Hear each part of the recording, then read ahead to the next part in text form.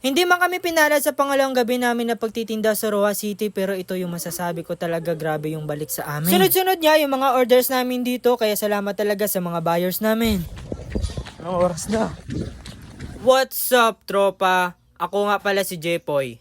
Tamad, pero may pangarap sa buhay. Bago pala ako pumunta sa store para i-prepare yung mga orders namin, umatin muna ako dito sa fun run ng pamangkin ko na si Sonia. Sa mga hindi nakakaalam, si Sonia pala yung pamangkin ko na maganda. So guys, karati lang natin. Galing dun sa school nila Sonia.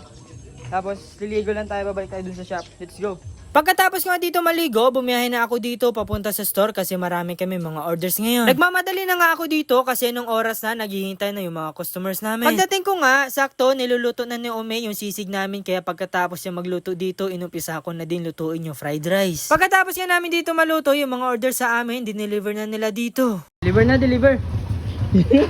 Pinadala ko nga yung cellphone ko para mabidyuhan yung didelivera nila. At habang nagde-deliver nga dito sila Ome, ako dito pati yung pinsan ko, hinahanda na namin dito yung ibang mga orders para pagdating nila i-deliver na lang. Ulit. Let's go. Wala na tada mga, Gusto ko lang humingi ng pasensya dito kay madam kasi na-late yung deliver namin dito sa kanila. 9:40 dapat dito i-deliver sa kanila, kaso dumating kami dito nasa 11 na. Quality ang sisig. Quality ang sisig.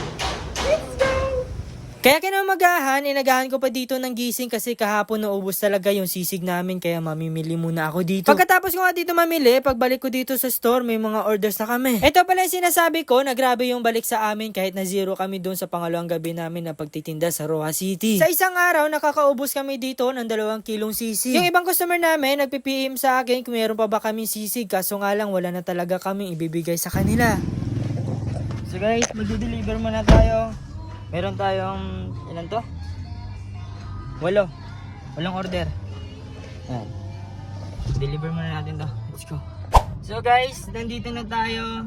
Hinihintay ko na lang yung pinsan ko kasi sila yung nag-order sa amin. Bali, 5 order na sisig yung in-order nila. Tapos nag-chat sa akin, ngayon ko lang nabasa, mag-a-add sila sana ng isang barbecue. So lulutuin na lang namin pagbalik ko dun, tapos i-deliver ulit dito. So let's go. So guys, dito na yung pinsan ko. Ayan. Bye. Thank you. So guys, bali nagpa-add sila ng isa pang sisig, tapos isang barbecue, bali 2 order. So i-deliver muna natin to sa loob ng ng merkado dun sa binibilhan namin ng mga ingredients namin, tapos mga gulay ito. Tapos sulutuin na lang natin pagbalik dun sa store yung order na dito. Yan.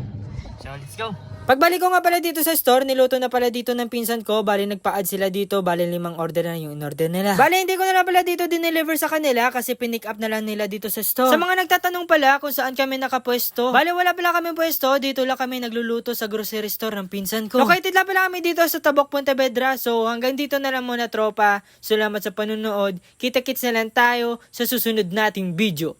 Paalam.